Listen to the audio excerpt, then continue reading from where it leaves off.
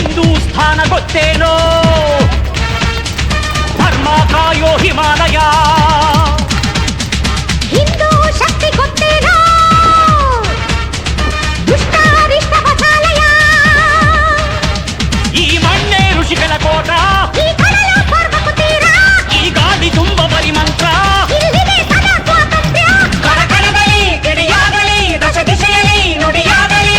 Vande Mataram, Vande Mataram.